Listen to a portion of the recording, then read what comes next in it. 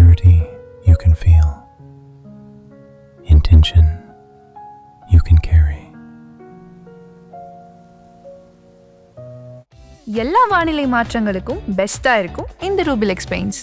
வர்ணம் பூசுவதற்கு மட்டுமல்ல, உங்கள் வீட்டை பாதுகாக்கவும் Rubilex paints. Delivering smiles all around the professional careers. Reach us to reach them. நடக்க ஒண்ணு இருக்காது. ஏன்னா இடது கம்யூனிஸ்ட் கட்சியினுடைய அறிக்கையிலிருந்து பார்க்கலாம், விஜய் அவர்கள் இதுக்கு தடை செய்வானா நாங்கள் அரசுக்கு ஆதரவை வித்ட்ரா செய்வோம் பயமுறுத்துறாங்க. ஆக மொத்தம் இது அரசியல் பிரச்சனை ஆயிடுமே தவிர மாணவர் பிரச்சனையா இருக்காது. என்ன அரசியல் பிரச்சனை ஆகும்? தமிழகத்துல திரு விஜய்க்கு தொடர்ந்து கொடுக்கின்ற ஆதரவை தொடர்ந்து கொடுப்பாங்களா இடதுசாரிகள்? ஏதாவது திட்டம் வச்சிருக்காங்களா? ஏன் பயமுறுத்துறாங்க, பிளாக்மெயில் பண்றாங்க? என்ன காரணம்? நம்ம காரணம் என்னன்னு கேட்டா அவர் வீக்கா இருக்காரு, மெஜாரிட்டி இல்ல, இவங்க சப்போர்ட்டை முட்டு கொடுத்தது இருக்குன்னு நினைக்கிறாங்க. I don't think so. அதுக்கு விஜய் பயப்படுவார்னு நான் நினைக்கலைங்க. அதுக்கு ஆளுநர் ஒத்துப்பாரா தெரியாது. மீண்டும் ஒரு சட்டசபையில் நம்பிக்கை இல்லா தீர்மானமும் நம்பிக்கை தீர்மானம் வந்ததுன்னா அந்த ஏடிஎம்கே சப்போர்ட் பண்ணுவாங்க. 144 திருப்பி வந்துடும். இந்த கம்யூனிஸ்ட்காரங்க தான் பெரிய மூக்குழப்பா இருக்கும். வணக்கம் ஆகாயம் நண்பர்களே. டெல்லியில் நடைபெறும் மாணவர் போராட்டம் எதை காட்டுகிறது? இதன் மூலம் பாஜக அரசுக்கு நெருக்கடி ஏற்பட்டிருக்கிறதா? இதை பற்றி பேசுவதற்காக மூத்த பத்திரிகையாளர் திரு டெல்லி ராஜகோபாலன் நம்முடன் இணைக்கிறார். வணக்கம் திரு டெல்லி ராஜகோபாலன். வணக்கம், நமஸ்காரம். தமிழக அரசியலில் இது ஒரு பாதிப்பு ஏற்படுது நினைக்கிறீங்களா? இந்த போராட்டங்கள் எல்லாமே தமிழகத்திலும் பல்வேறு இடங்கள்ல இது போன்ற டெல்லியில் நடக்கின்ற ஆர்ப்பாட்டங்களுக்கு போராட்டங்களுக்கு ஆதரவாக தமிழகத்தில் பல்வேறு இடங்களில் மாணவர்கள் இளைஞர்கள் போராட்டம் நடத்துகிறார்கள். அது அரசியலில் என்ன தாக்கம் நடத்தும்? நடக்க ஒண்ணு இருக்காது. ஏன்னா இடது கம்யூனிஸ்ட் கட்சியினுடைய அறிக்கையிலிருந்து பார்க்கலாம், விஜய் அவர்கள் இதுக்கு தடை செய்வானா நாங்கள் அரசுக்கு ஆதரவை வித்ட்ரா செய்வோம் பயமுறுத்துறாங்க. ஆக மொத்தம் இது அரசியல் பிரச்சனை ஆயிடுமே தவிர மாணவர் பிரச்சனையா இருக்காது.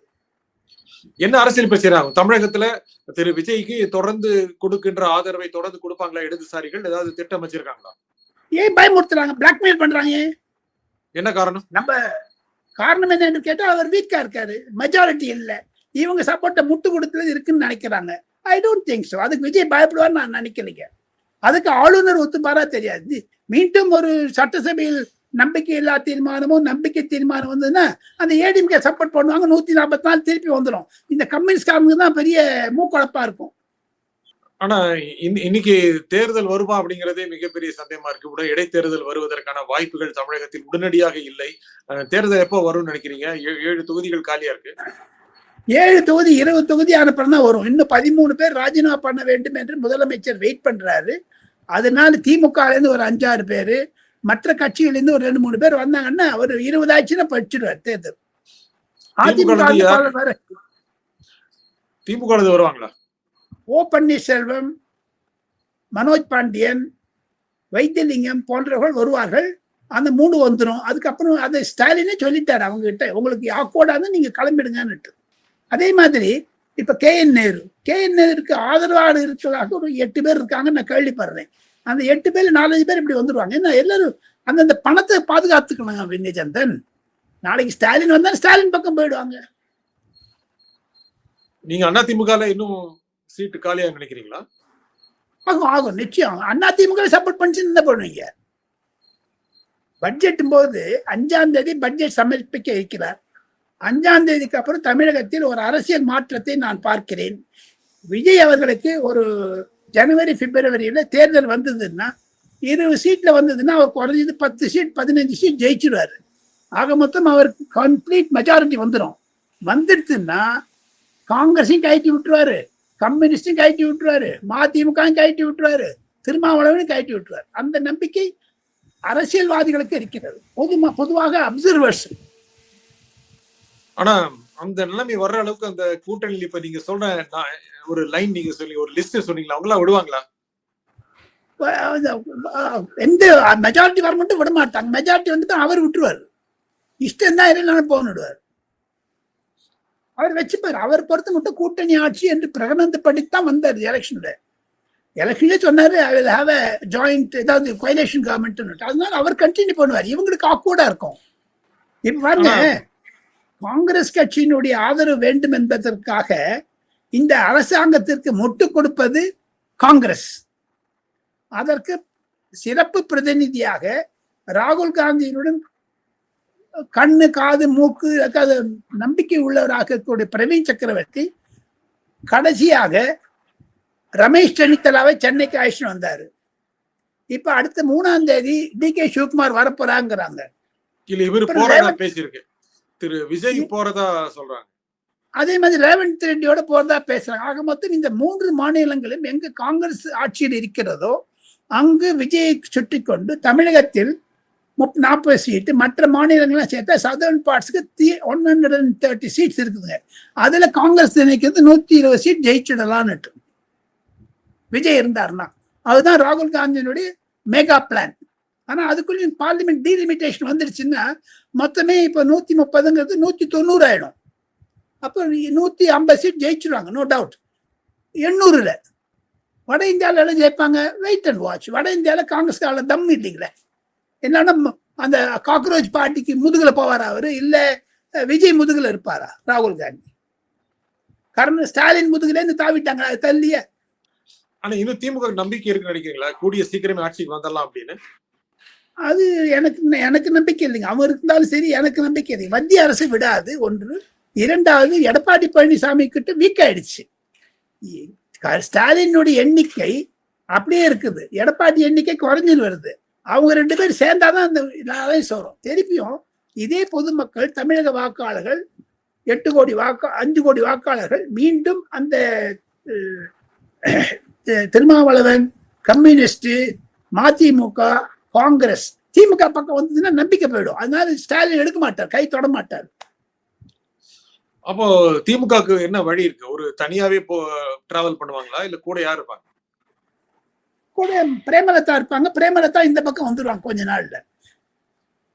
இப்போ நீங்க தமிழ்நாடு அரசியலை பத்தி கேட்டீர்கள். அதை நான் டெல்லியில் இருப்பதனாலும் டெல்லி அரசியல் சூழ்நிலையினாலும் நிஜந்தன் தங்களுடைய நேயர்களுக்கு ஒரு புரிதலை, எனக்கு தெரிந்ததை சொல்லிக்கொள்ள ஆசைப்படுகிறேன். நான் தவறாக இருக்கலாம், நான் சரியாக சொல்லலான்ட்டு. கடந்த 4 நாட்களாக மத்திய பாராளுமன்றம் நடந்து கொண்டிருக்கிறது. பாஜகவும் காங்கிரசுக்கும் மோதல், இண்டி கூட்டணி. திமுக தனித்து விடப்பட்டது நாடாளுமன்றத்தில். 22 எம்பிக்கள் லோக்சபா, 8 எம்பிக்கள் ராஜ்யசபாவில் தனிமையாக்கப்பட்டு விட்டார்கள். கூடவே கமலஹாசன், சதீஷ் போன்றவர்கள் தனிமையாக்கப்பட்டு விட்டார்கள், இன்க்ளூடிங் வைகோ. துரை வைகோ அந்த போராட்டத்தில் கலந்துக்கல, திருமாவளவன் கலந்துக்கல. எதனால? திமுகக்கு திருப்பி ஒருவன் நினைக்கிறாங்களா அவங்க? இல்ல. இதுல டிவிக்கே போகாதனால அவங்க எல்லாம் வரல. இன்னொன்னு கேட்கிறேன், டீலிமிட்டேஷன் பில்லுல தமிழ் வெற்றி கழகத்திற்கு எம்பிக்கள் இல்லை. ஆனால் திமுகவுடைய நிலைப்பாடு எது இருக்கிறதோ அதுதான் தமிழக வெற்றி கழகத்தினுடைய தலைவர்களுக்கும் இவர்களுக்கும் ஒரு தொடர்பாக இருக்கும் என்று நான் நினைக்கிறேன். நிஜந்தன் அது மொத்தம் திமுக ஊசலாடுகிறது. இப்படி இப்படி இப்படி போறாங்க. எங்க இருக்குன்னு தெரியுது. நீங்க தமிழ்நாட்டுல எப்படி இருக்குன்னு கேட்டீங்க, அதுக்கெல்லாம் டெல்லியில இருந்து பதில் சொன்னேன். இப்போ இந்த கூட்டத்தொடர்ல அந்த டீலிமிட்டேஷன் பில் மறுவரையறை மசோதா கொண்டு வரக்கூடிய வாய்ப்பு இல்லை? இருக்கு கொண்டு நிச்சயம் கொண்டு வரும். நாளைக்கு இன்னைக்கு ராத்திரி இந்த டெட்லாக் சால்வ் ஆயிடும். ஏன்னா பிரைம் மினிஸ்டர் தன்னுடைய அரசியலை கையில எடுத்துக்கொண்டதனால் அவன் டீலிமிட்டேஷன் வச்சுதான் பண்ணுவோம், இல்லாம ஸ்பெஷல் செஷன் வச்சு அடிச்சு விட்டுருவாங்க. எப்படி இருந்தாலும் 800 சீட்டு பார்லிமெண்ட் தான் 2029 தேர்தல் வரப்போகுதுங்க. ஒன்னே ஒன்று சொல்றேன் நிஜந்தன், தமிழகத்தில் மிகப்பெரிய தொகுதியாக இருக்கக்கூடிய சில தொகுதிகளில் 20 லட்சம் வாக்காளர்கள் இருக்கிறார்கள். சின்ன தொகுதி இருக்குது 9.5 லட்சம் 10 லட்சம். ஒரு எம்பி 10 லட்சத்துக்கு ரெப்ரசன்டேட்டிவ், 20 லட்சத்துக்கு ரெப்ரசன்டேட்டிவ். முதல்ல ஏரியா வைஸ் பண்ணாங்க, இப்ப பாப்புலேஷன் வைஸ் பண்றாங்க. ஆக மொத்தம் தமிழகத்திற்கு 50% கொடுக்கலன்னு உத்தரவாதம் கொடுத்த அப்புறம் இப்போ அதுல 33% பெண்களுக்கு கொடுக்கும் மகளிர் மசோதான்னு சொன்னப்புறம் தமிழ்நாட்டு எப்படி பண்ண போறாங்க? காங்கிரஸ்க்கு அத்தனை மகளிர் இருக்காளா? விஜய்க்கு இருக்காங்க, சீமானுக்கு இருக்காங்க, டிஎம்கேக்கு இருக்குது, ஏடிஎம்கேக்கு இருக்குது, காங்கிரஸ் இல்லைங்களே. ஸோ ஆக மொத்தம் இந்த பிரச்சனையினால அந்த டீலிமிட்டேஷன் பில் நிச்சயம் பாஸ் ஆகும். திமுக ஆதரவு கொடுக்கணும்ல, கொடுக்குறேன்னு சொல்லிட்டாங்களே. அதான் போன பில்லிலே சொன்னாங்களே, ஏப்ரல் மாதத்திற்கும் ஜூலை மாதத்திற்கும் இந்த 3 மாதத்தில் அகில இந்தியாவிலேயே தனித்து விடப்பட்ட கட்சி திராவிட முன்னேற்ற கழகம். அவங்க ஏற்கனவே சொல்லிட்டாங்க, இந்தி கூட்டணி நிகழ்ச்சியே சொன்னாங்க எங்களுக்கு அஷூரன்ஸ் கொடுங்க. அது ராகுல் காந்தி அப்ப நம்பல, இப்ப நான் கொடுக்குறேன்னு சொன்னப்ப பயப்படுறாரு. ஏன்னா அவர் பாதி நாள் இந்தியாவில் இருக்கிறது இல்லை. அவர் எங்கேயாவது ஊருக்கு போய் கொட்டி தூக்கிட்டு போயிடுறாரு. அவர் குடும்பமா குட்டியா இல்லை பணமா குடும்பமா ஒண்ணுமே தெரியாது. ஸோ அதனால அதனுடைய விஷயத்தை எப்படி பண்ண போறாருங்கிறதெல்லாம் வெயிட் அண்ட் வாட்சா தான் இருக்கும். நிஜம்தான். நீங்க இப்ப சொன்ன ஒரு முக்கியமான பதில் என்னன்னா, திமுக என்ன நிலைப்பாடு எடுக்கிறதோ அதே நிலைப்பாட்டுக்கு எதிர் நிலைப்பாடை தாவேகா அணியினர் எடுப்பாங்கன்னு சொல்றீங்களா? நீங்க இப்படி வச்சுங்களேன், தாவேகா எடுத்த கரூர்ல சொல்லிட்டாரு we are against delimitation. அவருக்கு எம்பி கிடையாது. ஆனா 400 சட்டசபை சீட் வரும்போது அப்பதான் அவருக்கு அடிபடும். அதுக்கும் ஜெயிச்சிடுவாரு விஜய். ஆனா தாவேகா எடுக்கிற நிலைக்கு எதிர்த்த நிலை திமுக எடுத்தாகணும். அதனால அவங்க ஆதரிப்பாங்க. அவங்க அந்த மாதிரி எடுத்தாலும் பாஜகவுக்கு சப்போர்ட் பண்ணிட்டாங்க அப்படின்னு தமிழ்நாட்டுல பேசுவாங்கல்ல. அப்படின்னா இவன் காங்கிரஸ்ல இருந்து வெளில வரான்னு கூட பேசுவாங்கல்ல. இப்ப சப்போர்ட் பண்ணலன்னா கூட அவரோட இருக்கிற அணிகள்லாம் சப்போர்ட் பண்ண ஆரம்பிச்சுட்டான விஜய்க்கு ஒரு தர்ம சங்கடம் தானே அது. அதுல ஒரு பிளவு வர ஆரம்பிக்காத. இப்ப இவர் ஏங்க கர்நாடகாவுக்கு போறாரு? தப்பு அது. மேகதாது இருக்கும்போது அவர் போகக்கூடாது. ஸோ கான்ட்ரடிக்ஷன் நிறைய இருக்குது. தமிழ்நாடு அரசியல் ஒரு சக்கரம் சுழல்கிறது. சரி, ஒரு நிலைக்கு வரும் என்று எதிர்பார்ப்போம். இந்த நிகழ்ச்சியில் உங்கள் கருத்துக்களை கூறியமையாக ராஜகோபாலன் மிக்க நன்றி. மீண்டும் ஒரு நிகழ்ச்சியை சந்திப்போம். நன்றி, வணக்கம்.